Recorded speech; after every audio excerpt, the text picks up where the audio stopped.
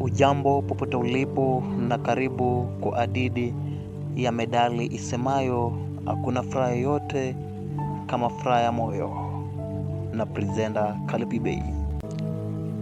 Naam, palikuwa na mzee mmoja aliyekuwa na mali nyingi, lakini moyo wake haukuwa na furaha. Alianza kutembea kusaka furaha.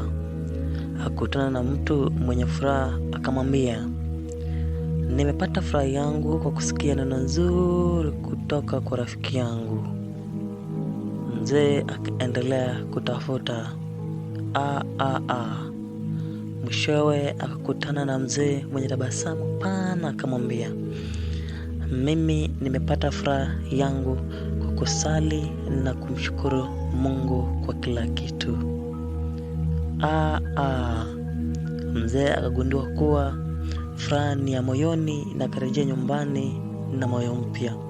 Hadithi hii inaonyesha kwamba furaha igawiwe moyoni na inatoka ndani.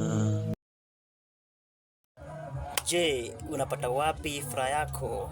Hakuna furaha kama furaha ya moyo. Ni presenter Kalipi Bey.